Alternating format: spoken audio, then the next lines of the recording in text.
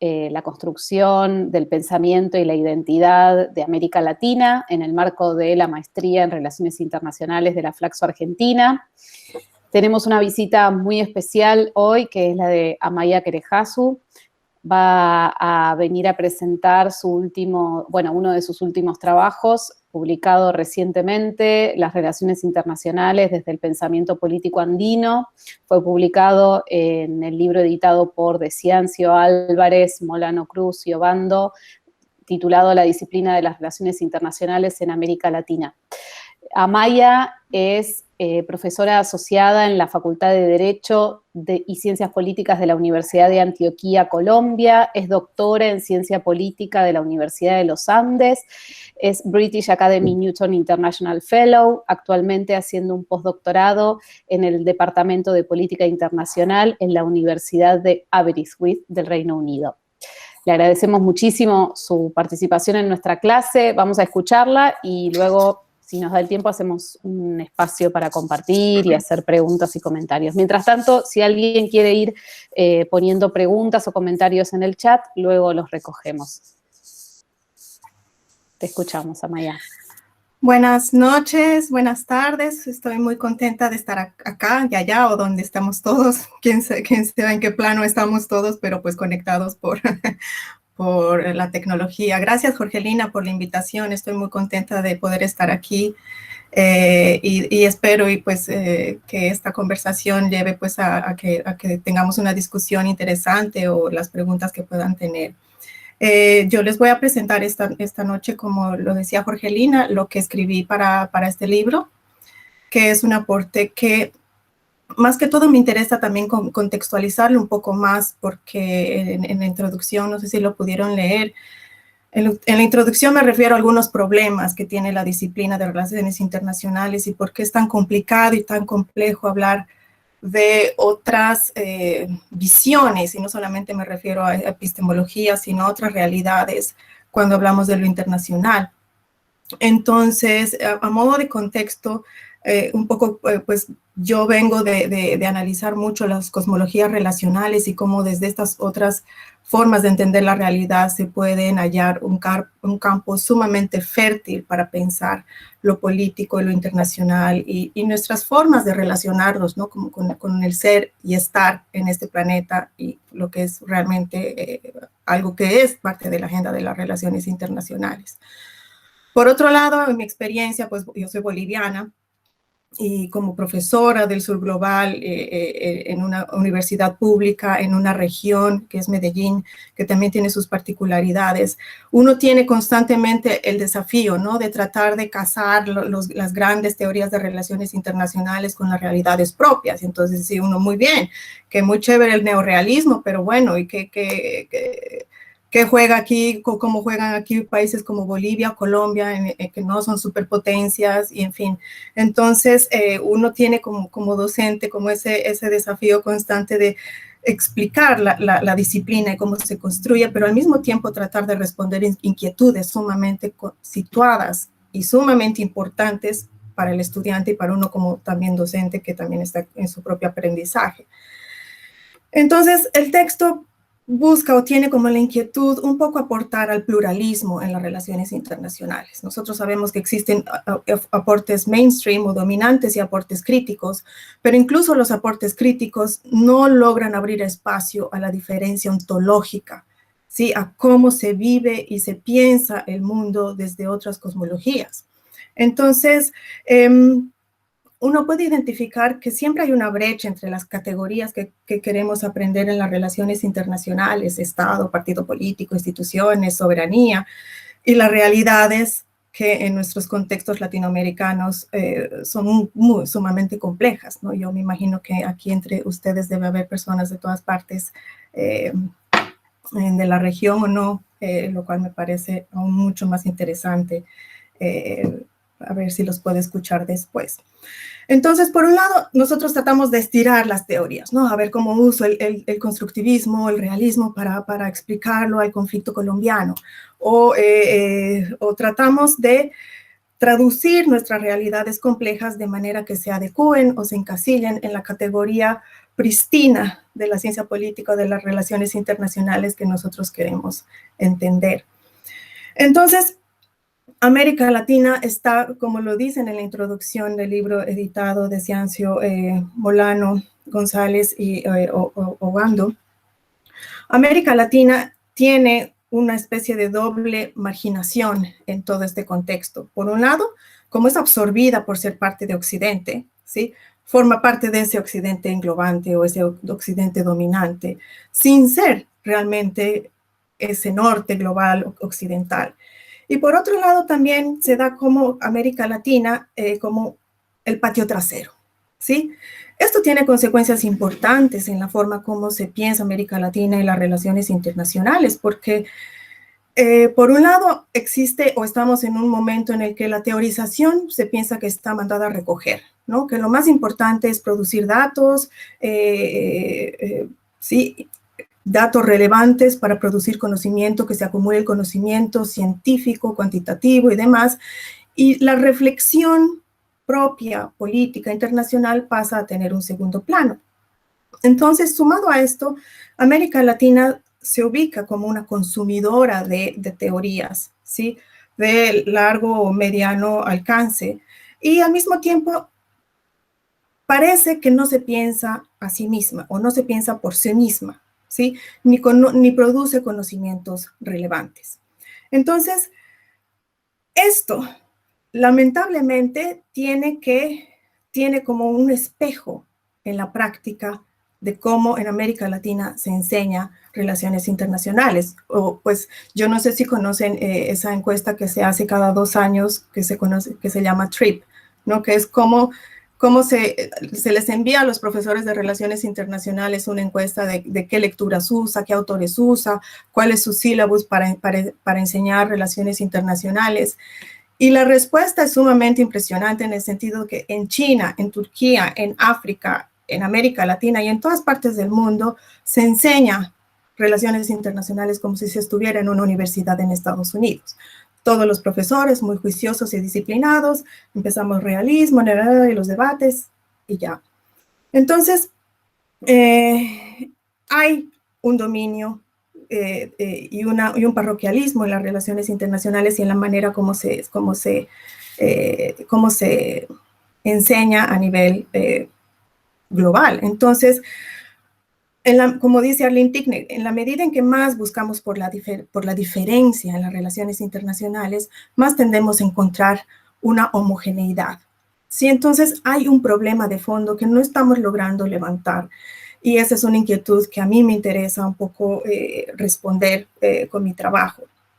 Entonces, a todo esto, si uno le suma el dominio del positivismo y la preferencia del conocimiento científico como un conocimiento privilegiado sobre otros saberes, otros conocimientos y demás, entonces ahí se van acumulando los pequeños problemas epistemológicos y ontológicos que redundan en mayor exclusión y violencias epistemológicas y simbólicas.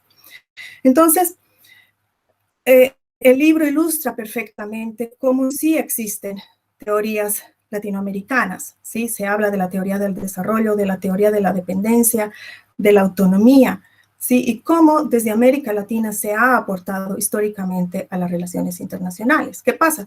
Que estos aportes pasan a un segundo plano, es decir, ¿sí? Se los toca solo en la medida en que se logra un nivel de profundización en América Latina, es decir, cuando uno estudia relaciones internacionales puede que no vea teoría de la dependencia. Solamente cuando hace estudios de profundización, doctorado, maestría, puede que lo vea, ¿cierto? Y por otro lado, también hay un nivel importante de cooptación. Por ejemplo, no es muy conocido que quienes iniciaron el pensamiento sobre derechos humanos que hoy en día están plasmados en la Declaración Universal de los Derechos Humanos es latinoamericano. Entonces, en el imaginario mundial de derechos humanos, eso parece que viene del norte, de Europa o de Estados Unidos, pero su fuente es Latinoamérica. Entonces, hay cooptaciones, y ese es solo uno de varios ejemplos de que cuando América Latina propone conocimiento, propone teoría, y esta es universalizada o globalizada, normalmente se desconoce y se borra su origen regional. Entonces, existen a su vez otros tipos de conocimiento que no están en la academia, ¿sí? Y estos conocimientos son los que están nutriendo mucho la agenda latinoamericana, tanto a nivel transnacional, a nivel subnacional, y están afectando la agenda regional e internacional. Pero ese conocimiento, o sea, esa brecha entre la academia, o sea, lo que nosotros hacemos en disciplina de relaciones internacionales y lo que están haciendo los movimientos sociales, los grupos de interés que están en las calles protestando, en fin, ¿no? Entonces, este capítulo también se deriva de un capítulo que hice con Arlene Tickner, en el que identificábamos precisamente esos que los denominamos conocimientos incómodos, ¿no? Porque son conocimientos que vienen de los actores históricamente marginados, ¿cierto? Y nosotros identificamos que tienen, por ejemplo, importantes raíces en la teología de la liberación, en la acción-participación de Bafals Borda, en la pedagogía crítica de Freire, sí, que en su momento, en la década de los 80, todos ellos dijeron que había que derrumbar el trono o el encumbramiento de la academia y que el conocimiento estaba en la práctica y en la experiencia y en el actuar con los oprimidos como una forma de emancipar no solo la vida, sino la forma de conocer y el conocimiento. Y también identificamos que desde las cosmologías indígenas, las cosmologías de lo afro, del afrodescendiente, y como Jorgelina lo ha ilustrado bien también en el feminismo, ¿sí? En los movimientos feministas de las mujeres del sur global latinoamericanas, es que nosotros encontramos ahí un suelo sumamente fértil, ¿sí? Pero que lo están trabajando los antropólogos, los sociólogos, los historiadores, y en relaciones internacionales como que siempre se llega a la conversación un poco tarde, ¿no? Entonces, lo que yo planteo es pensar desde lo andino, ¿sí? Lo mismo puede ser pensar desde lo amazónico, pensar desde lo caribeño. A lo que voy es que cuando se piensa desde lo andino, no me refiero, por ejemplo, a la comunidad andina de naciones o a los otros grupos de integración, porque esos son aportes más tradicionales a las relaciones internacionales y que pues no tienen que ver con lo que yo quiero hacer, que es teorizar y pensar desde otras cosmovisiones, ¿no? O cosmologías. Entonces, cuando me refiero a lo andino, lo que intento hacer es partir de la cosmología andina, para responder y ofrecer alternativas a los problemas que acabo de mencionar, ¿sí? Entonces, hay un autor que se llama Giorgio Shani, y él dice que en vez de estar hablando de relaciones internacionales o relaciones interestatales, en vez de que las relaciones son entre actores internacionales o entre estados, deberíamos hablar de relaciones intercosmológicas, ¿sí? Esa debería ser la forma en la que nosotros pensamos la política mundial. ¿Por qué? Porque estamos hablando de un mundo de mundos, ¿no? Como dicen los zapatistas. Entonces, ¿por qué este aspecto cosmológico es importante? Porque al pensar en términos de mundos, incluimos todas esas categorías que en relaciones internacionales son fijas, ¿no? O sea, territorio, soberanía, nación, secularismo, no secularismo. Entonces, una cosmología engloba todo eso, ¿sí? Engloba la relación de las comunidades con su territorio, con el tiempo, si el tiempo es circular o lineal, con lo sagrado, con lo ritual, con lo religioso, con los seres no humanos, sean naturales, animales, espirituales y demás. Entonces, es una categoría que abarca una complejidad mayor sin encasillar. Entonces, esto es importante porque permite dar alternativas a categorías fijas, pero al mismo tiempo pensar en cosmologías también nos permite pensar en el famoso problema de la diferencia, ¿sí? ¿Por qué hay grupos que se mantienen marginalizados, indígenas, afro, poblaciones LGTBI, ¿cierto? Y ¿por qué sus mundos terminan siendo traducidos a una diferencia cultural, ¿no? A un multiculturalismo? Entonces hay una diferencia entre yo sé y tú crees, ¿sí? Entonces el yo del norte occidental dice, ah, yo sé, yo tengo la verdad, y lo tuyo es una creencia, ¿sí? Tú puedes creer que la madre tierra es un ser vivo con derechos, te lo respeto y te lo tolero, ¿sí? Eso es el multiculturalismo. Mientras que el enfoque cosmológico dice, ah, bueno, negociemos estos mundos, y eso implica hablar de un pluralismo. Entonces,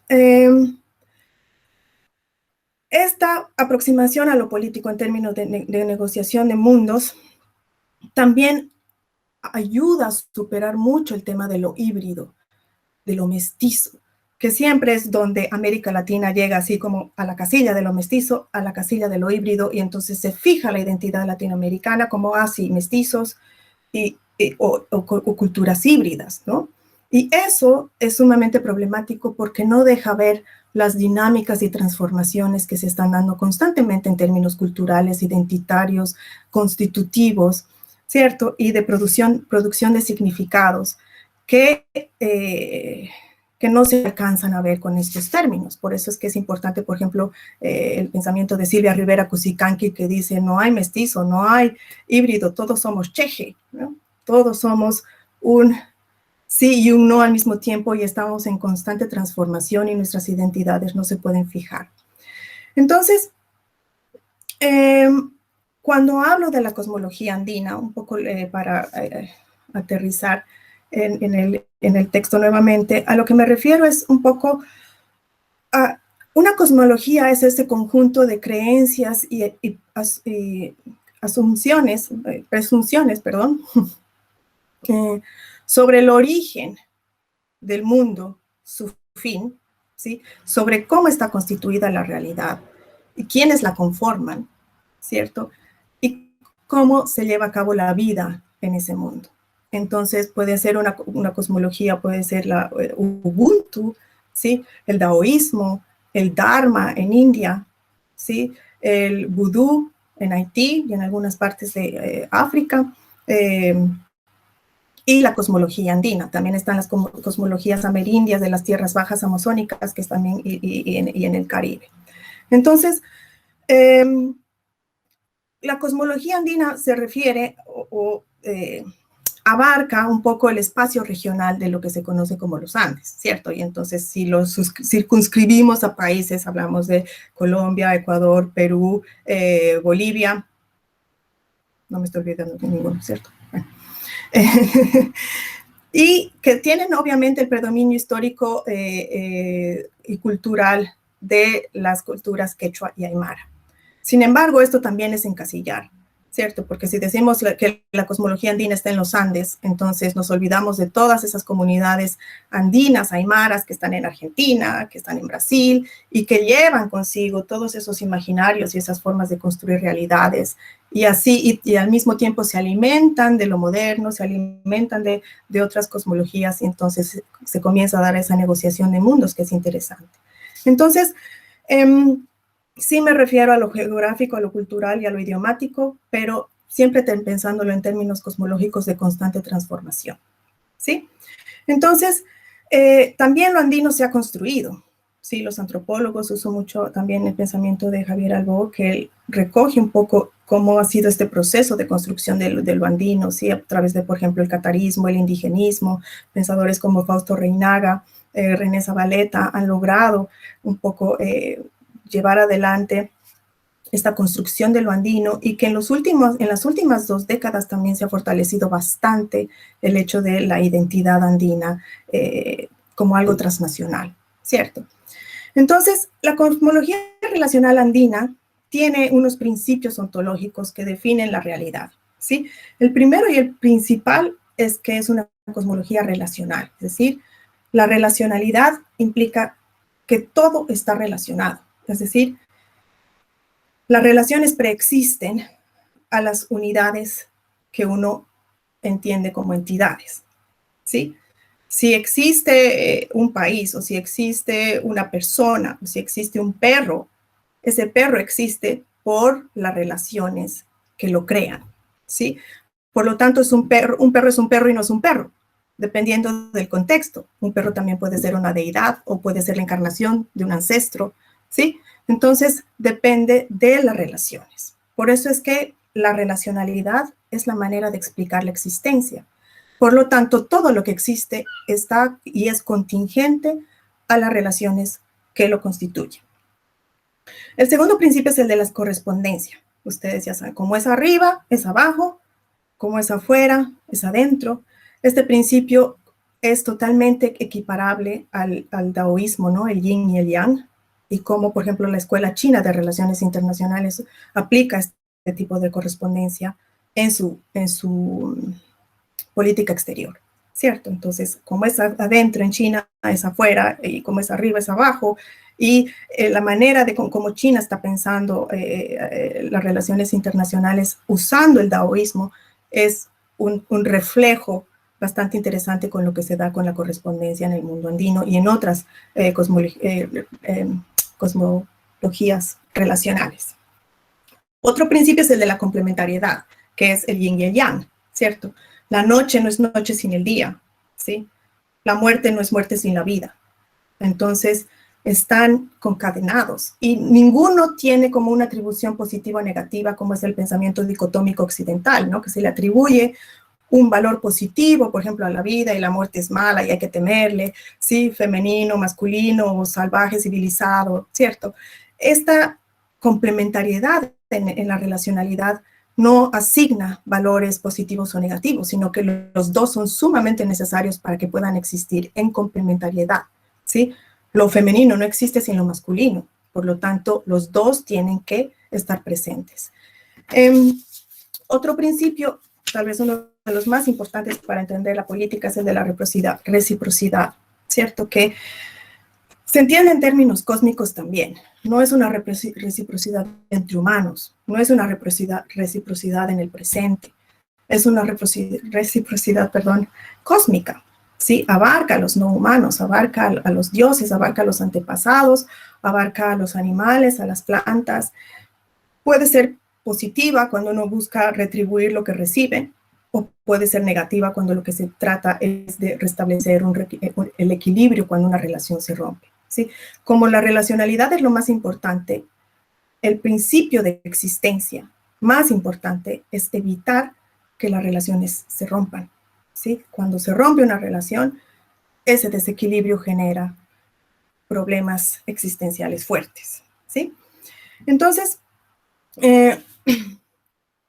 esta reciprocidad que establece la justicia en términos generales, inserta a la cosmología andina y a cualquier cosmología relacional en esta conversación tan importante que también se está dando en relaciones internacionales, que tiene que ver con las discusiones sobre cambio climático desde el posthumanismo, ¿sí?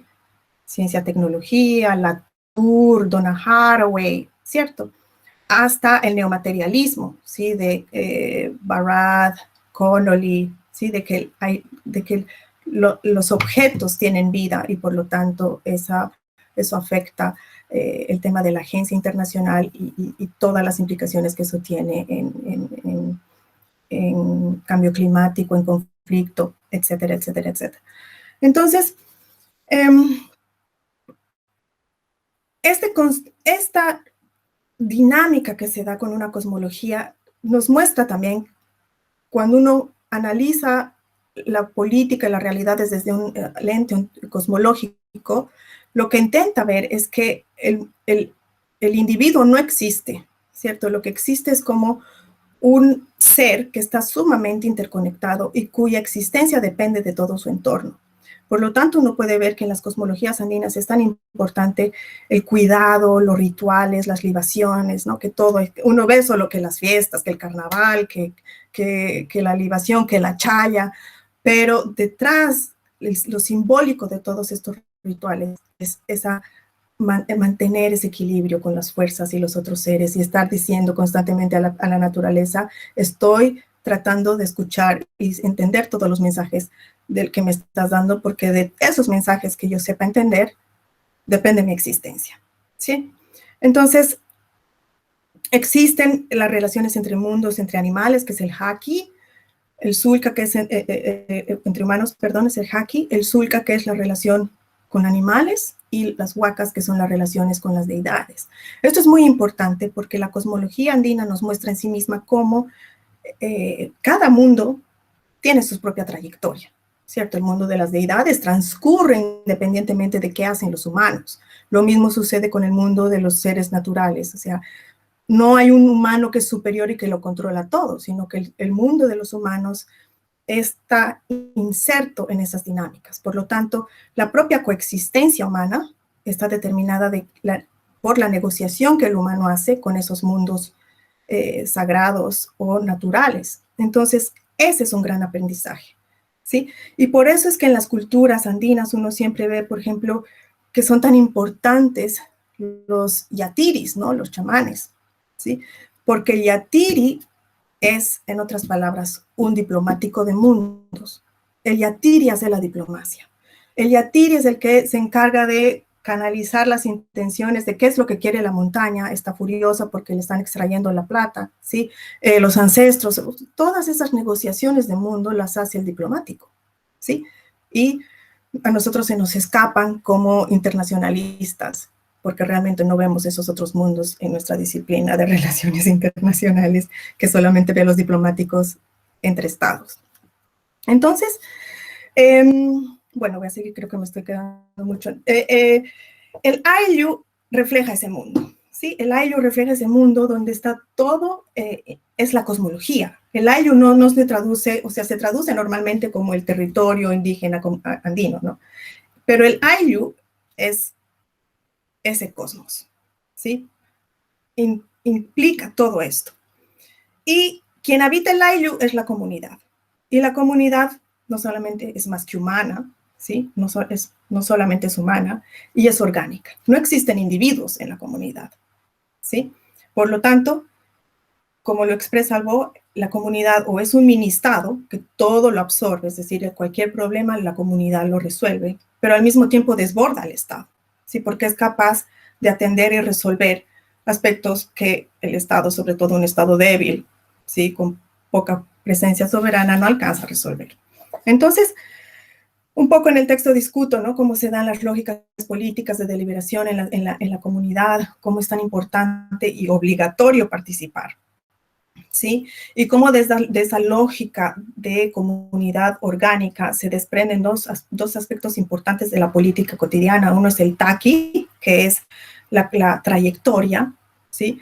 Que exige que cada miembro de la comunidad ejerza un rol de autoridad y poder a lo largo de su vida, ¿sí? Entonces, todos tienen que haber pasado por los distintos cargos, ¿sí?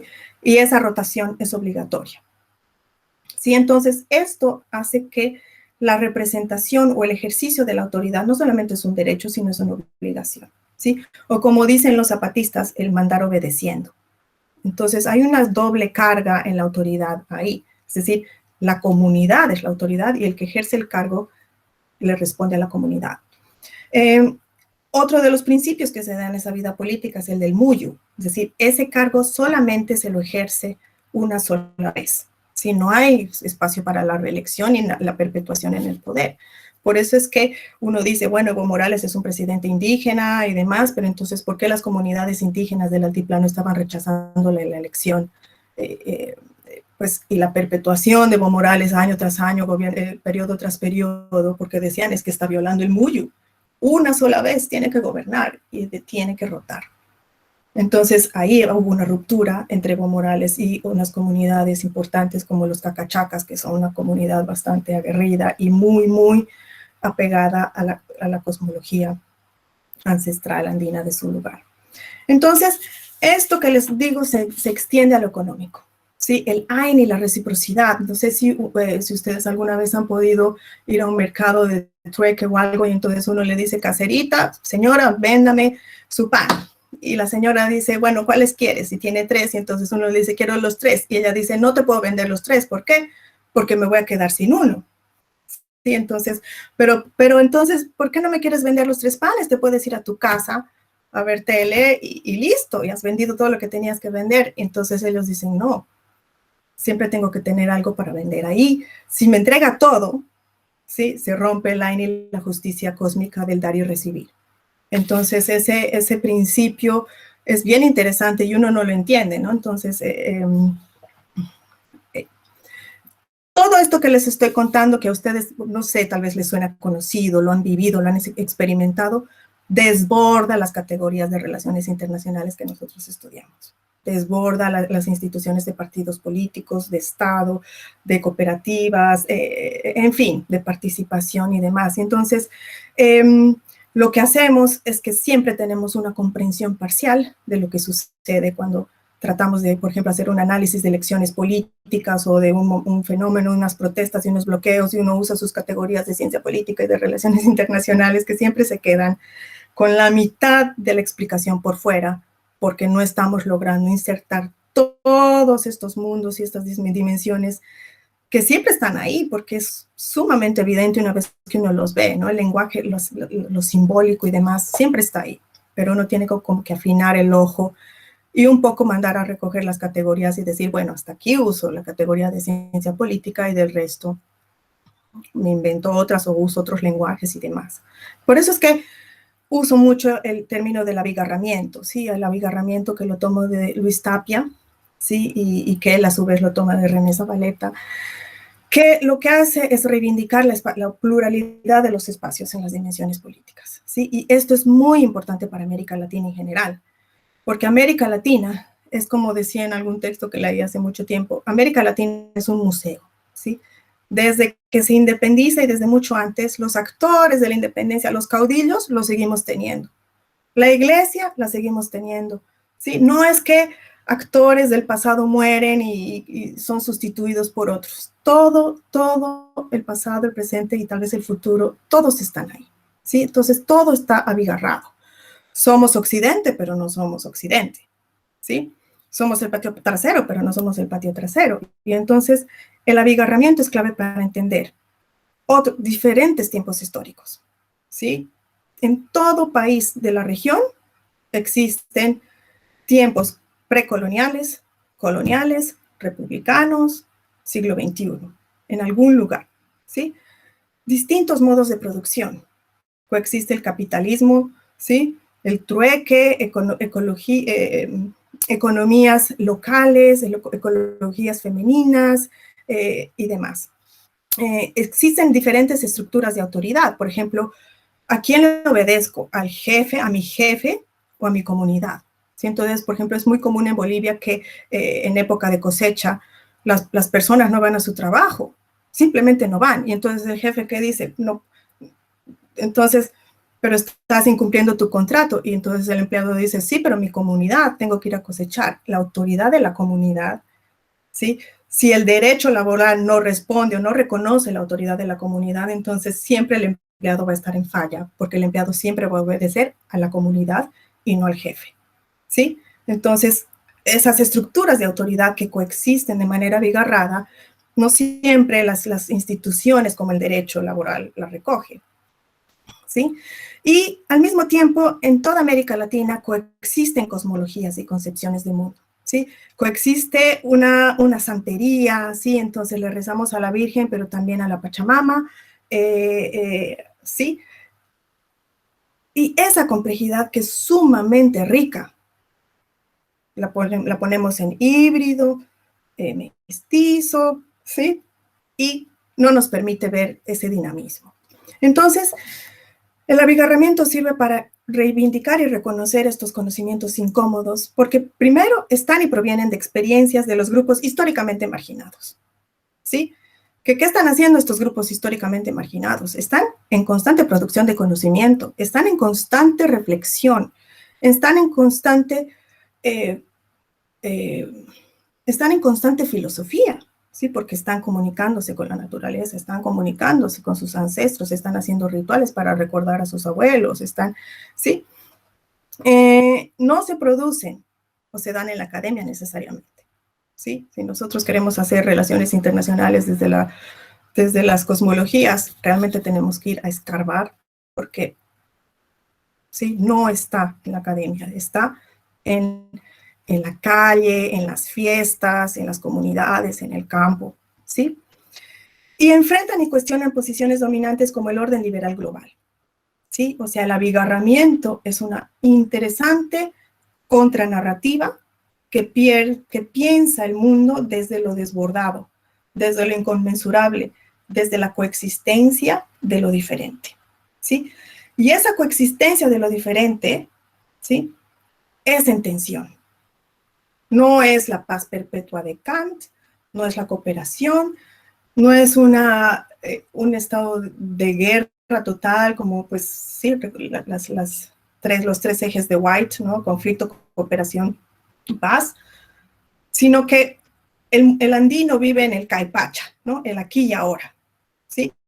Y ese aquí y ahora es tenso, pero no es bueno ni malo. La tensión es buena porque la tensión es vida, ¿sí? Por lo tanto, el equilibrio en tensión es el ser global, o sea, ese es el orden global, desde el que uno pensaría lo internacional. ¿Sí? Entonces, no hay un bien y un mal, una paz, una guerra, un conflicto es bueno, malo, paz es deseable. Sí, la tensión es la realidad. Todo esto nos sirve para pensar desde otra perspectiva la soberanía territorial, ¿cierto? Los ayllus son como islas territoriales, o sea, nos muestran que primero el territorio y la relación con la tierra es mucho más que hombre-tierra, ¿sí? Es hombre, propiedad, objeto, ¿sí? También nos ayuda a cuestionar el tema de, como ya les decía, los partidos políticos y demás, el tema de derechos, porque no existen los individuos y el ciudadano, ¿sí? Entonces, nosotros podemos ver en las noticias, en todos los fenómenos que vemos cotidianamente, cómo todos estos conocimientos y experiencias están construyendo las agendas latinoamericanas, ¿sí? Lo vemos todo el tiempo en las redes de solidaridad, en los movimientos sociales, lo vemos en las mingas indígenas, lo hemos visto en en las protestas sociales en Chile, en las protestas sociales en Colombia, ¿sí? ¿Quiénes están ahí? ¿Quiénes están ahí articulando, pensando con propuestas de agenda? Son desde sus cosmologías, ¿sí? Pero estas cosmologías y esta relacionalidad articula todos estos movimientos subalternos, marginalizados, y ahí está la filosofía, y ahí está el pensamiento latinoamericano relevante para las relaciones internacionales. Entonces, bueno, en el texto menciono otros ejemplos, ¿no? Que son como fáciles de entender como aportes a las relaciones internacionales. Por ejemplo, uno lo vería como un hecho sumamente interesante y curioso el hecho de que la Confederación de Pueblos de Nacionalidad Quechua en Ecuador haya expedido su propio pasaporte, ¿sí? Uno dice, uy, qué interesante, ¿y esto qué pasó? ¿Cómo pasó? ¿A qué horas? ¿Sí? ¿Por qué no lo vi? ¿Sí? ¿Por qué no estaba eso en las noticias? ¿Sí? ¿Por qué nadie está estudiando eso? ¿Sí? Si ese pasaporte ecuatoriano ya tiene reconocimiento por comunidades indígenas en Canadá y en Nueva Zelanda, ¿sí? No son los estados los que están actuando ahí. Y ese pasaporte se expide para descolonizarse del estado descolonizado, que es Ecuador, que se mantiene como ente colonizador. Entonces, ahí hay unas dinámicas bien interesantes que también es importante como ir destapando, ir viendo, y eso pues se pasa por desapercibido, ¿no? Es algo tan importante para nosotros como internacionalistas que una comunidad expida su propio pasaporte y que ese pasaporte tenga reconocimiento por otra comunidad. Un sistema westfaliano no nos permite como casar eso con quien expide el pasaporte es un Estado, ¿cierto? Otro ejemplo es el de la Declaración Universal de los Derechos de la Madre Tierra, que es ese documento que sale de la Cumbre de los Pueblos Indígenas contra el Cambio Climático en el 2010 en Cochabamba, y que tiene la intención de ser como la hermana de la Declaración Universal de los Derechos Humanos. Ha sido depositada en Naciones Unidas y está abierta para ratificación. Son pocos los estados que la han ratificado, pero esta declaración es sumamente importante para los debates que se están dando ahora en relaciones internacionales, como les decía, sobre el poshumanismo y el neomaterialismo. El hecho de aceptar que un ser no humano tiene derechos, ¿sí? Es muy importante. Es un paso hacia un cambio ontológico que se está dando. En la declaración, en este momento, o en ese momento en que se da la Declaración Universal de los Derechos de la Madre Tierra, que se reconoce a la Madre Tierra como titular de derechos, ¿sí? El derecho a vivir, el derecho a ser respetada, a los ríos, a fluir, y a todos los seres que habitan el planeta, con esos derechos básicos de vida. También se establece en esa misma cumbre la posibilidad de establecer una jurisdicción, ¿sí?, que proteja a los no humanos, y son los tribunales internacionales de los derechos de la naturaleza, que ya hasta el día de hoy se están llevando en todas partes del mundo. Entonces, esa declaración, que nace desde cosmologías indígenas y en la región latinoamericana, ya está permeando prácticamente todo el mundo. Y finalmente menciono el vivir bien. El vivir bien, summa causa o summa camaña, dependiendo cómo se lo traduzca, ha sido bastante estudiado, analizado. En el texto menciono un poco algunas de las tendencias, trayectorias, lecturas, pero un poco a modo de resumir, lo que más me interesa rescatar del vivir bien es que se da y propicia un momento de reflexión profunda, ¿sí? No solo de quiénes somos y cómo podemos contribuir en un momento de crisis planetaria, sino de empoderamiento, ¿sí? El reivindicar valores ancestrales que durante años han sido ninguneados, ¿sí? Eso es de salvaje, tu creencia, tu mito, y que esa manera se convierte en la alternativa y que eso llegue a estar en constituciones, en legislación, es bastante importante, ¿sí?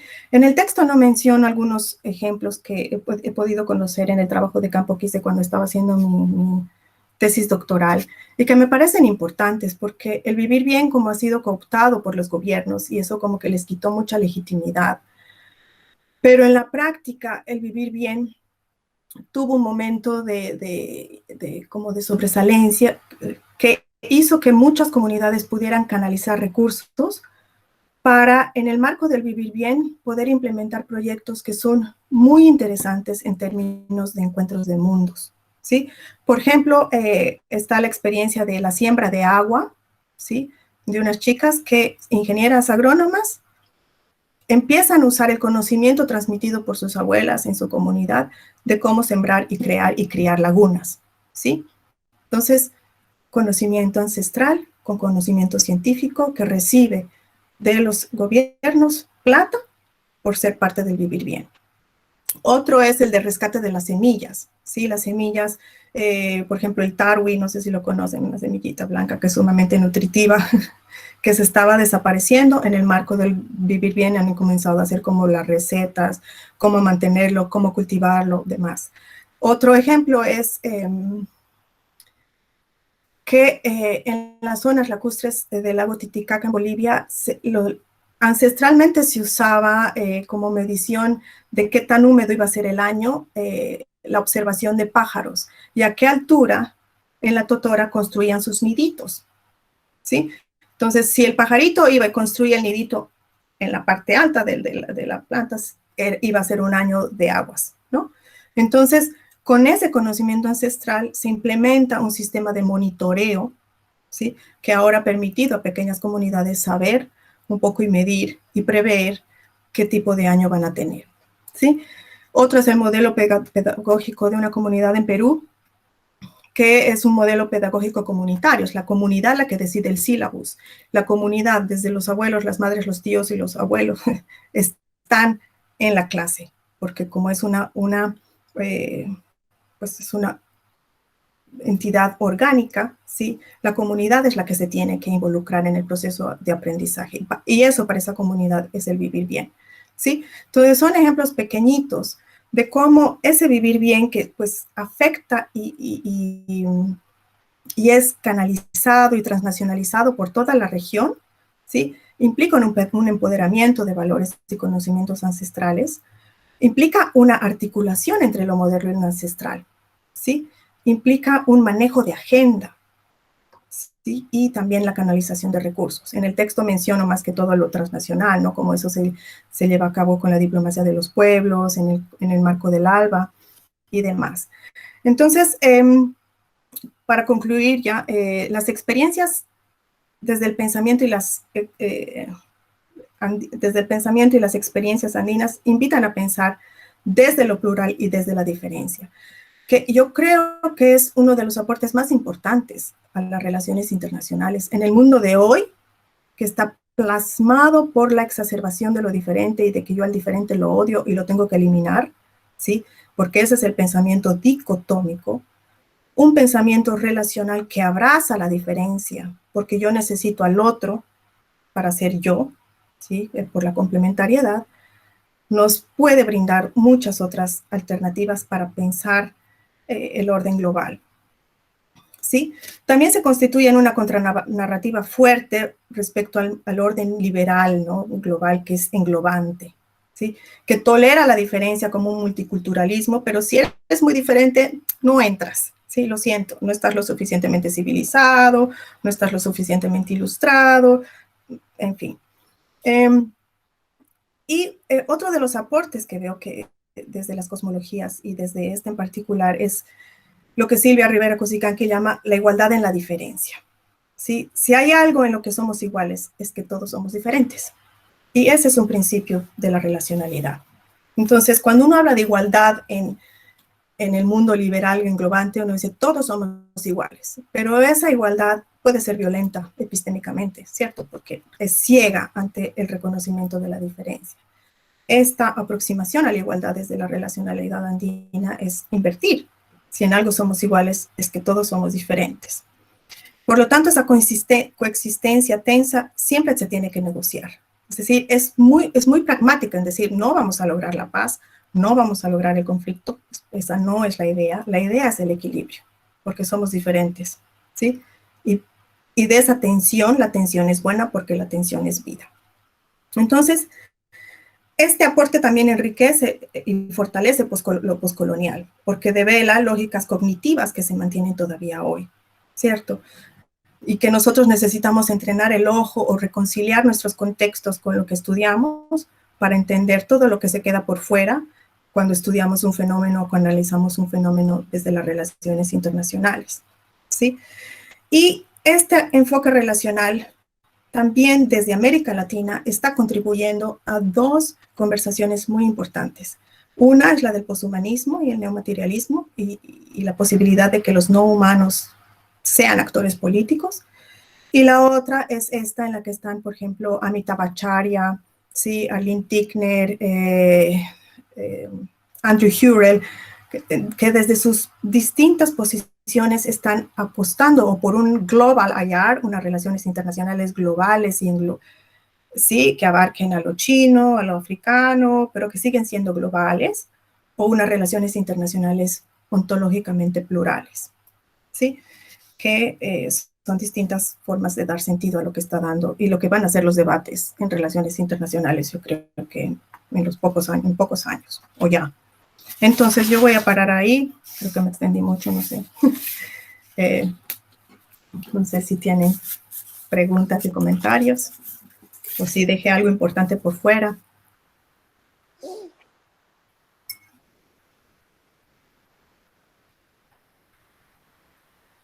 Bueno, abrimos el espacio, no sé si alguien quiere comentar, dar alguna impresión, hacer una pregunta.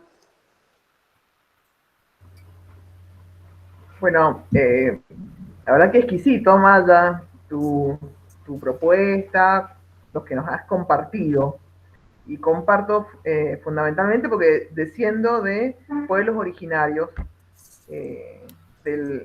me siento totalmente identificada con la cosmología de lo andino. Y bueno, y nosotros, en nuestro país, en Argentina, es muy diferenciada el trato, por más que la Constitución en algún momento reconoce los pueblos originarios, no hemos tenido quizás esa mística de lo que está ocurriendo, por ejemplo, actualmente en Chile, ¿no? Ese reconocimiento del pueblo originario que no solamente se expresa en lo político, ¿no? Hoy la presidenta de la Convención de de la constitucional chilena es una originaria mapuche. Nosotros nos quedaría como muy lejos pensarnos en algún momento, parecemos un fenómeno, todavía un fenómeno desde lo cultural, pero no tal vez desde el espacio político. Así que imagínate haber estudiado ciencia política en este contexto. No ha sido para nada inclusivo, esto que vos decís un poco de pensar la cosmología como algo, como un todo, pensando en unas diferencias que pueden ser negociables, ¿no? Me parece absolutamente interesante esto porque inclusive la participación de la mujer en política es absolutamente en permanente negociación, ¿sí? Y a mí esto que vos compartes me parece una nueva visión de las relaciones internacionales en la cosmología de la diversidad, en la cosmología de lo cultural y en las nuevas relaciones económicas también, ¿no? Que se ha dado siempre en nuestros países, muy mirando hacia Europa, muy mirando hacia los países centrales, y siempre nosotros quedándonos con economías en menor escala, hasta el valor de las economías regionales es mucho más pequeña, y para qué decir las economías de los grupos de las comunidades indígenas. Así que bueno, a mí como dicen los chicos hoy, te vuela el mate la cabeza, o te vuela la peluca. Me ha gustado mucho esto que has compartido y la verdad que sumamente agradecida por eso. Muchas gracias, Leti.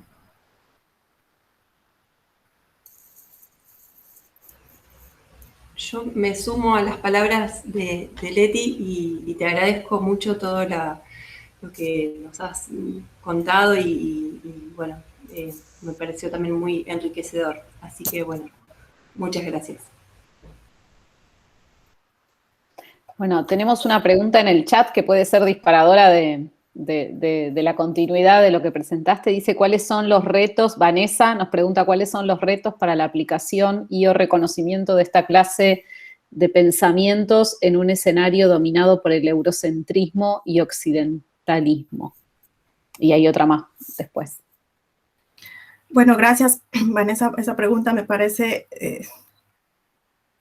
muy pertinente, porque justo estaba leyendo y en una discusión que tengo con personas que están en lo mismo, ¿no? Que yo, que están escribiendo desde, por ejemplo, desde India o desde Japón, están tratando de reivindicar sus conocimientos ancestrales como importantes para las relaciones internacionales. Los están acusando de ser etnocentristas, de ser, ¿cómo se dice?, de un nacionalismo etnocéntrico. Entonces, ¿qué pasa aquí? Que entonces uno se tiene que dominar a Rousseau, a Hobbes, a Kant, y eso no es etnicismo, porque pues ellos son pensadores universales, y Sócrates, no sé, aparecieron del cielo y de las estrellas y son, no sé, ¿sí? Entonces, si uno cita Kant, si uno cita Foucault, entonces no está haciendo ningún tipo de etnización. Y uno tiene que dominar a Foucault, uno tiene que dominar a Kant, uno tiene que dominar a Hobbes si va a hablar de relaciones internacionales. Pero si yo voy a decir que el estado de naturaleza, según la cosmología IRMO en Paraguay, es esta, entonces los acusan de uy, no, está siendo etnocéntrico, entonces eso como aporta a un sistema de conocimientos que quiere ser global, y entonces cómo vamos a, o como dicen los mainstream, y esto cómo viaja, ¿no? Entonces, esas son formas de deslegitimar y de decirle a uno, yo sé, tú crees, ¿sí? Ese es mantener esa jerarquía de que, ay, sí, muy linda tu propuesta de pensar, de usar, qué sé yo, a un Guamán Poma y no a Kant, ¿sí? Muy bonito, muy coqueto, muy cultural, muy diverso, pero eso no es conocimiento, ¿sí? Entonces, yo que cada día que voy a foros o a conferencias y me toca, ¿no? Como decir que estoy hablando, esto en relaciones internacionales, ¿sí? Relaciones internacionales son los estados, ¿dónde está la política exterior en tu tema? Y pues mi agenda como académica en estos momentos es incomodarlos, ¿sí? Incomodarlos. Con decirles que los ancestros son actores políticos, con decirles que la montaña es un actor político con interés, ¿sí? Ya los estoy incomodando. Eso, incomódese y piense un poco en sus categorías fijas de poder, en su hombre blanco posicionado, ¿no? En sus relaciones internacionales tan masculinas también y del norte global. Si yo lo incomodo, he cumplido, ¿sí? Ahora, ese escenario dominado por el eurocentrismo y el occidentalismo, el poscolonialismo tiene un problema y es que se pone como antagónico de eso, ¿no? Y dice, bueno, el occidente moderno, ¿sí? La colonialidad moderna, y perpetúa la dicotomía. Entonces, la relacionalidad sirve para decir, somos tanto modernos como ancestrales, ¿y cuál es el problema? ¿Sí? ¿Cuál es el problema con que nuestras identidades sean chiji y que nosotros nos podamos definir como queer? ¿Sí? Por eso es que las teorías queer son tan importantes, porque no se asientan en el binario. Entonces, desde ahí yo creo que uno puede como insistir, y el eurocentrismo y el occidentalantismo, como les digo, son capas que hay que saber cómo escarbar, pero no son universales y son como que están colapsando, y eso es bastante evidente también. Entonces ya no vamos a vivir en el mismo mundo en un futuro inmediato. Vamos a necesitar otras categorías, vamos a necesitar otros marcos de pensamiento desde lo diverso y lo plural, porque así del mundo común está colapsando. Entonces, no sé. Nos llevaste a unas de las primeras clases de este seminario en las que hablábamos sobre la construcción de categorías sociales y cómo quien ejerce la hegemonía de la construcción de esas categorías no es categorizado, ¿no? Categoriza la otredad, la etnización de la otredad de la que habla Balibar, de la que hemos leído y discutido acá con los textos de Quijano también. Bueno, no, me metería a discutir, pero voy a leer preguntas del chat, que tenemos un montón. Melissa dice, excelente la presentación, me gustaría profundizar en los grados de institucionalización de los principios andinos a mediano plazo y si estas miradas cobran más protagonismo en este marco de emergencia climática. Ya. El nivel de institucionalización de los principios andinos se lo ve en cómo las lógicas de la ciencia política no se adaptan a la realidad, pero al mismo tiempo, por ejemplo, un sindicato o una cooperativa en los Andes no funciona como un sindicato o una cooperativa en Estados Unidos, ¿sí? Funciona como una pequeña comunidad, es decir, con quién manda y quién negocia, ¿sí? Lo que sucede, por ejemplo, es cuando hay problemas con la cooperativa o con el sindicato, uno lo que hace es cooptar a la cabeza y cooptar a los de las bases, ¿sí? El que piensa y el que conoce cómo funciona la mentalidad andina lo hace porque la base es importante. Entonces, no es que esté explícitamente institucionalizado, sino en las prácticas. Por eso es que lo que yo digo es importante tenerlo en cuenta, que el conocimiento de este tipo no está en las categorías, sino está en cómo se practica la política, ¿sí? Está en ese día a día y en lo simbólico. O sea, uno también nos enseña mucho análisis del discurso, ¿no? Mucho Foucault, pero para entender las realidades latinoamericanas también necesitamos hacer como una especie de entrenamiento de análisis de lo simbólico, ¿sí? Porque el presidente o el jefe de la comunidad dice una cosa, pero hace otra, ¿sí? Entonces, ¿qué tenemos que entender? ¿Lo que dice o lo que hace? Normalmente es lo que hace, porque en la práctica es donde se ha mantenido la descolonización y por eso es que se ha mantenido hasta el día de hoy todo lo que en la colonia se intentó borrar y todo lo que en el proyecto republicano se intentó borrar, por ejemplo, ¿sí? Y se mantienen hasta el día de hoy, porque no están en la palabra escrita, están en las prácticas de resistencia. Por eso es que son tan importantes estas construcciones de redes sociales de solidaridad, de los movimientos sociales, porque ese conocimiento se transmite en el haciendo, ¿sí? En la práctica. ¿Cuál era la pregunta? Ah, lo del cambio climático. Lo del cambio climático es muy interesante lo que está pasando, porque en esta negociación de la diferencia han logrado ponerse de acuerdo los grupos, permaculturas, ONGs ambientalistas, comunidades indígenas, científicos y demás para hacer todo este cambio paradigmático del derecho que ahora está en los tribunales de la naturaleza, ¿sí? Eso es bien interesante de seguirlo porque todavía es muy occidental, pero todos estos grupos tan diferentes han podido ponerse de acuerdo en que el problema del cambio climático, que el cambio climático es un síntoma, no una enfermedad, ¿sí? Que la enfermedad es el antropocentrismo, es haber sacado al hombre de su relacionamiento con lo natural, ¿sí? Entonces, que en vez de aplicarse las leyes humanas a la naturaleza, al hombre se debería aplicarle las leyes de la naturaleza.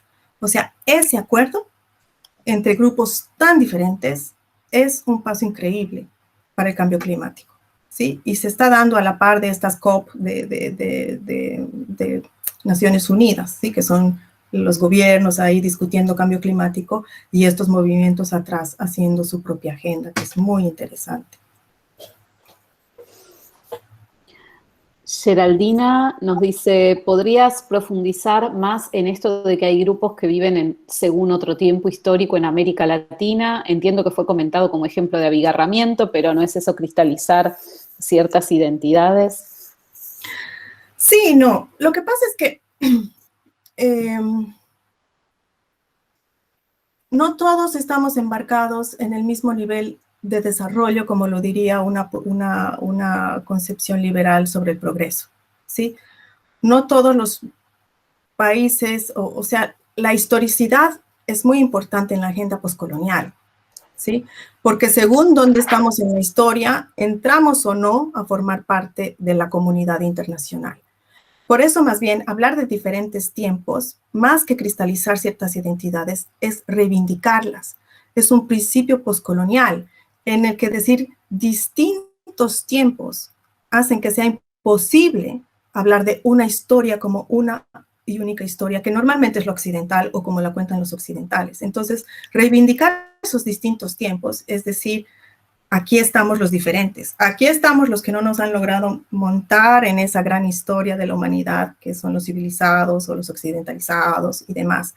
Entonces, en el abigarramiento uno puede ver, por ejemplo, que en comunidades rurales muy alejadas todavía se vive en la economía del trueque, todavía se vive en espacios no modernos, pero al mismo tiempo esas comunidades y esos miembros de la comunidad manejan redes sociales y tienen sus celulares, ¿cierto? Entonces, decir, uy, no, pero si vive en el tiempo histórico del pasado, no debería traicionar a su comunidad usando un celular, ¿sí? Ese es un orientalismo y eso es problemático. Pero ver que todas estas comunidades son capaces, ¿no? de vivir como en una fractalidad, atraviesan mundos y tiempos constantemente, identificar esos intersticios es lo importante, ¿sí? Más que, y por eso es que el abigarramiento permite ese juego de diferentes, ¿sí? Que permite ver la diferencia más que la homogeneidad, mejor dicho.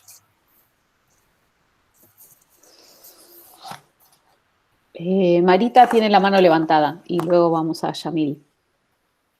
Sí, no, quería, bueno, primero agradecerte como todos el resto de mis compañeros y compañeras y preguntarte un poco porque hiciste referencia a diferentes políticas vinculadas a lo postcolonial, lo decolonial y la epistemología del sur y a veces la sensación que uno tiene cuando profundiza esas teorías es que efectivamente parece una pelea a ver cuál es la escuela que va a intentar trascender y no cómo converger, teniendo en cuenta que hay una supremacía del occidentalismo y de las teorías, sobre todo liberales occidentales, y que para poder trascender va a ser necesaria una mayor convergencia. Yo vi que vos trabajaste algunos aspectos de cada una de las teorías, pero si hay algún intento de esa convergencia, porque la verdad es que uno ve más peleas que convergencia, o a lo mejor yo lo veo así, no lo sé, digamos, para poder construir algo común, sobre todo con las teorías africanas y las teorías básicamente asiáticas. Después la otra pregunta es si también, por desconocimiento, ¿no? Si desde Oceanía, que hay tan reivindicación respecto a los pueblos ancestrales, hay efectivamente algunos aportes que nos puedas sugerir para leer, para trabajar, para incorporar.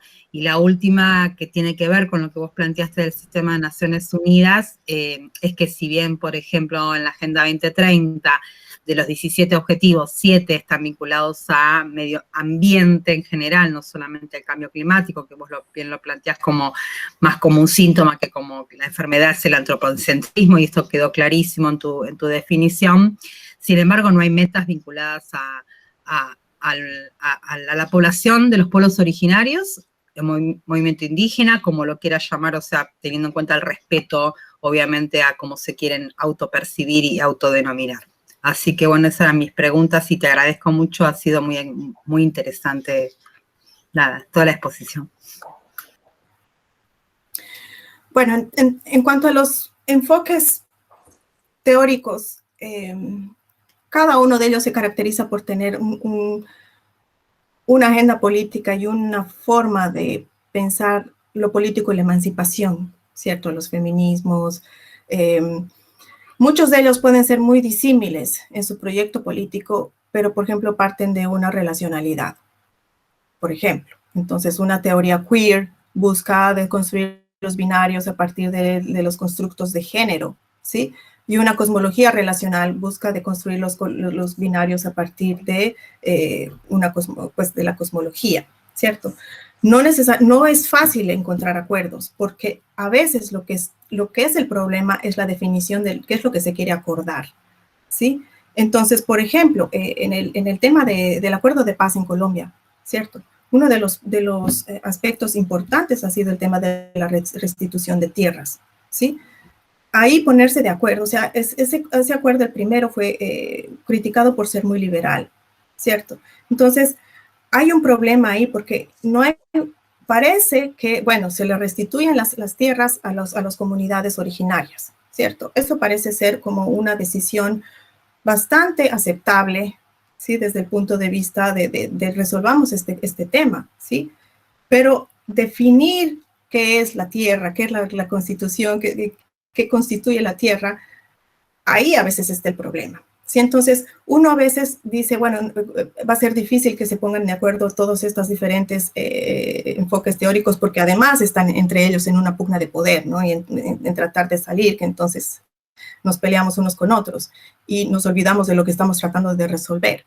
Pero, por ejemplo, en el ejemplo que pongo del acuerdo de paz de las tierras, las comunidades rechazaron esa parte del acuerdo diciendo, yo no quiero que me entreguen una tierra que esté enferma, pero ¿cómo así que está enferma?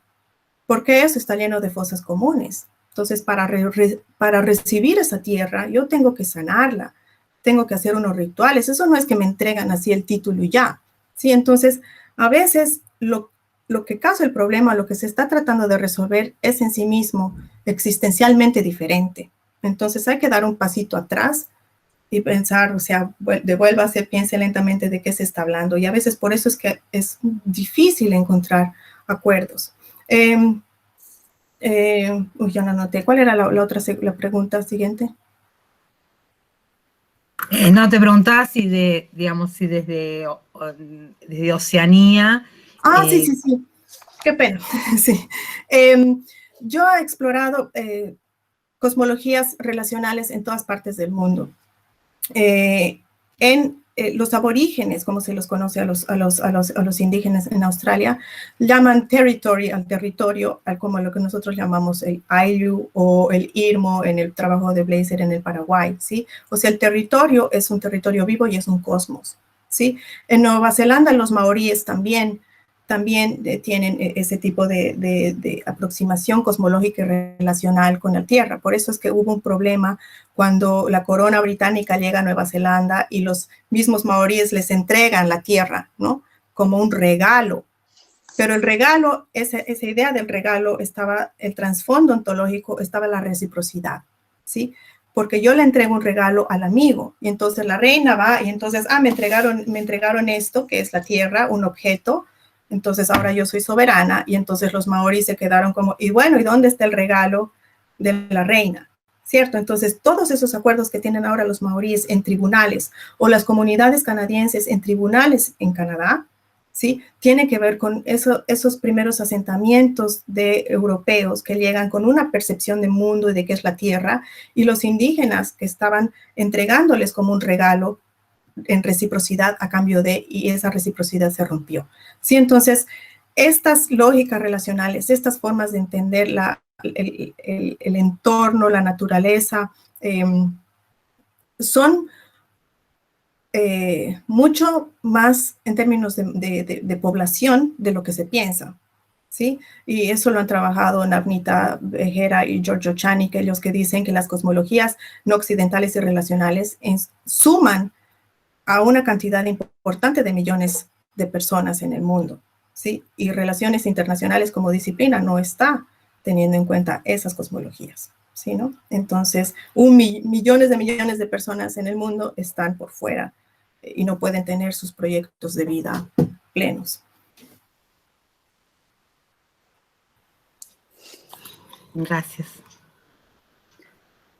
Bueno, Yamil dice, en la medida en que se trata de cosmologías esencialmente divergentes con las occidentales, ¿alcanza con incorporar a las poblaciones originarias al sistema político prevalente en nuestros países? ¿No se invisibiliza la heterogeneidad de los pueblos al tratarlos como categoría única? Pensando en lo que ocurre actualmente en Chile como caso paradigmático.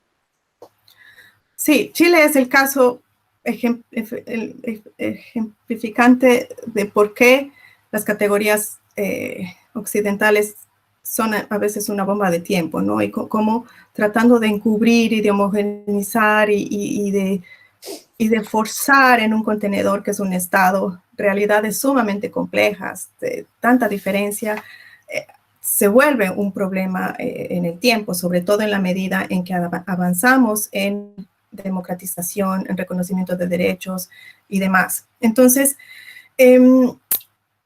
la ventaja de hablar de cosmologías es que no esencializa a la comunidad originaria, ¿sí? a la comunidad indígena.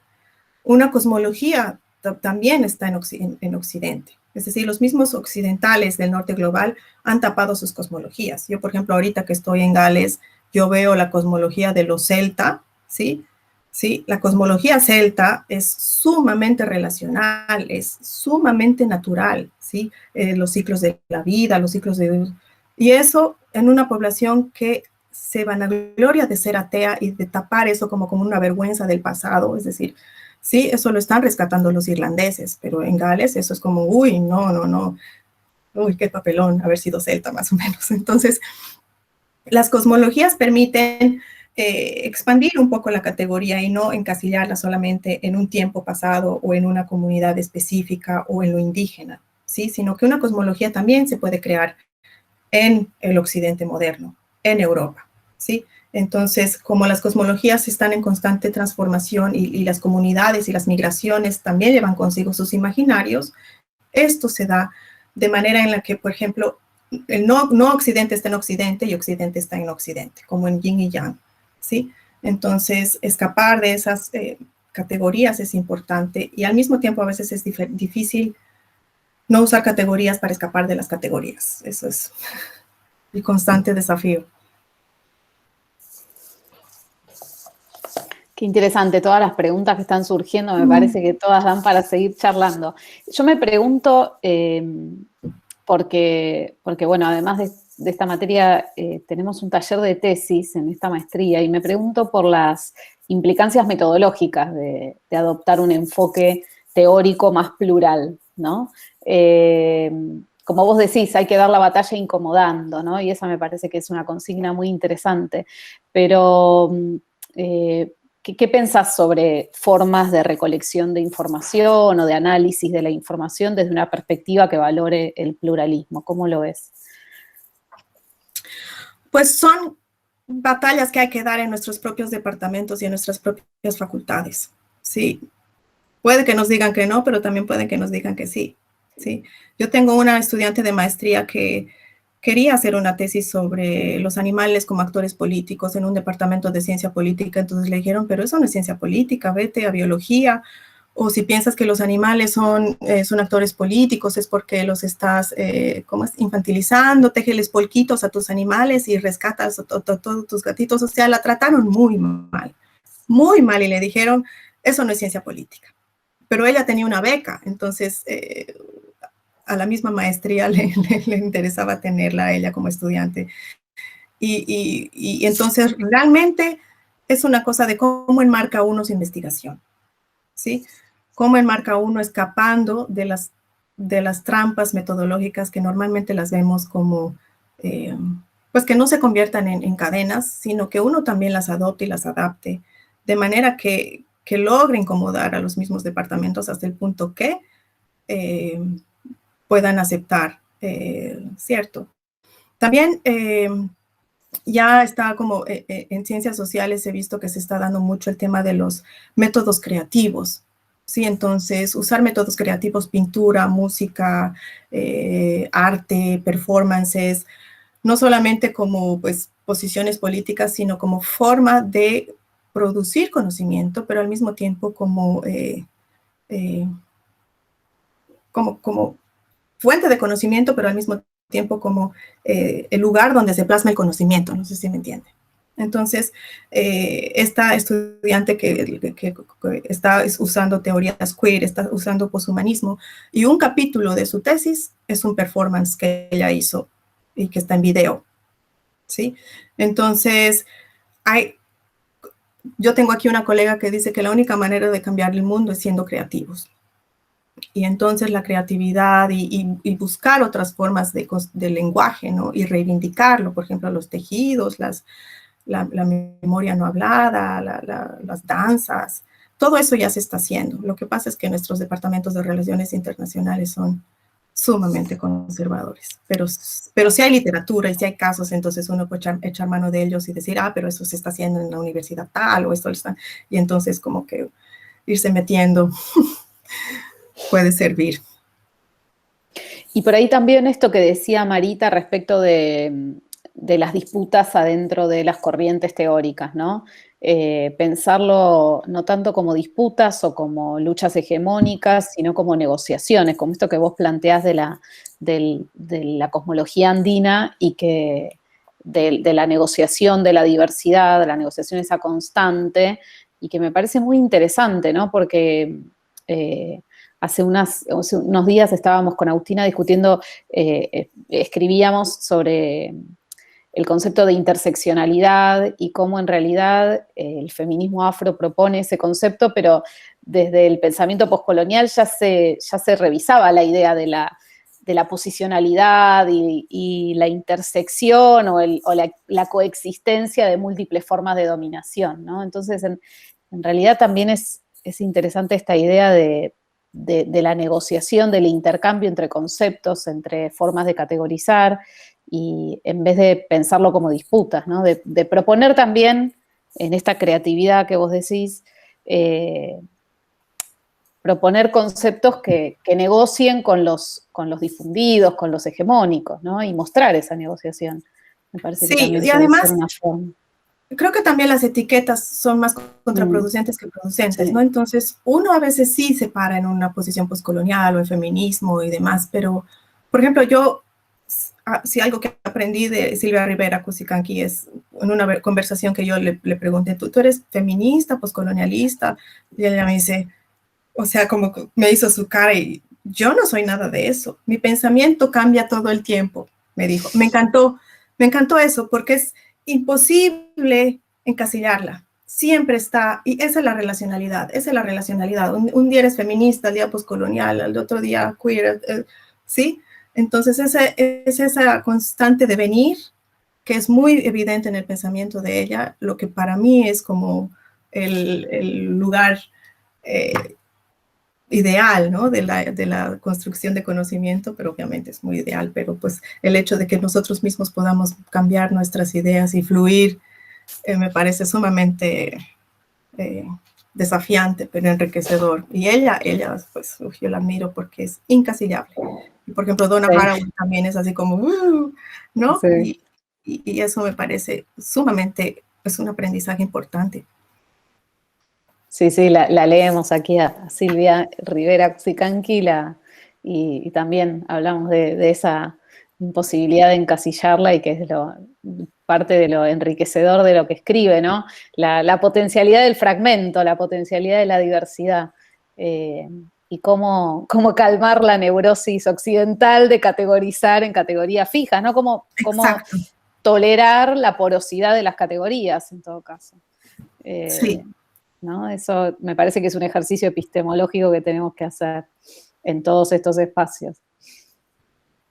Súper interesante, Amaya. Creo que nos dejas un montón de preguntas, creo que nos dejas un montón de dudas para seguir reflexionando. Acá, Ginia pregunta dónde podemos encontrar más aportes teóricos sobre el tema.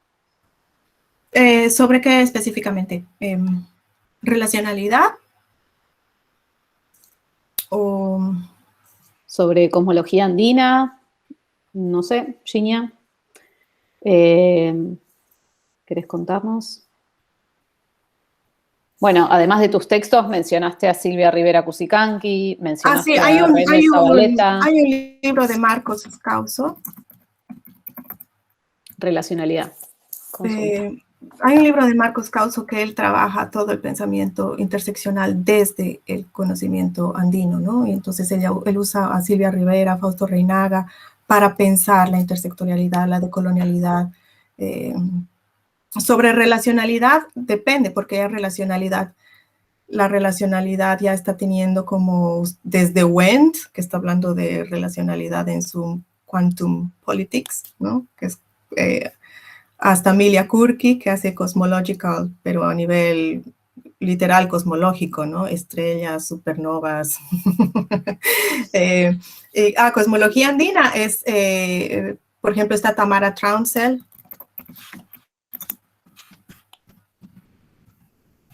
Está Pablo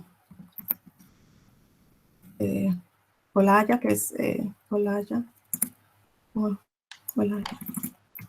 que es ecuatoriano, en Ecuador. Simón Yampara en Bolivia.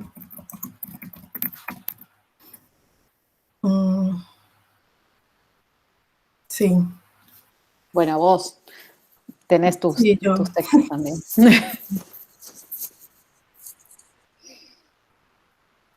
Bueno, genial. Nos vamos con bibliografía. Bueno, Amaya, te agradecemos muchísimo la participación, que hayas aceptado la invitación y que tan generosamente hayas presentado tu trabajo. Fue súper interesante, seguro que esto va a traer cola, vamos a seguir discutiendo sobre estos temas y bueno, agradecemos muchísimo la participación de todos y todas quienes se han inscrito a la clase abierta, más allá de los estudiantes del seminario. Les invitamos a seguirnos en redes para seguir viendo qué actividades armamos y a las que puedan sumarse. Este trabajo está en un libro que se llama, a ver, el trabajo que presentaste hoy, Amaya, ¿cómo se llama el libro? Tú también tienes un capítulo ahí, se llama... Sí, pero por eso no la disciplina de las relaciones internacionales en América Latina. Ahí está. Contribuciones, límites y participaciones. Recientemente editado en Chile, es del 2021, y hay varios capítulos sobre nuevos aportes a las relaciones internacionales. Quedó muy interesante. Recién salido del horno, se presentó la semana pasada. Sí. Muchísimas gracias. A mí la próxima, porfa, me incluyen en la lista de correos para yo también aprender de ustedes y de sus clases abiertas. Tienen mi correo, claro. Tienen mi correo y no duden en contactarme. Genial. Muchas gracias, Amaya. Bueno, y a todos y todas, gracias por participar. A los estudiantes, nos vemos la clase que viene, el jueves que viene, en la última clase en la que cerraremos el seminario Construcción del Pensamiento y la Identidad en América Latina. Gracias. Gracias. Saludos. Adiós, estamos en contacto. Estamos en contacto. Chao. Chao, chao. Gracias, muchas gracias. Adiós.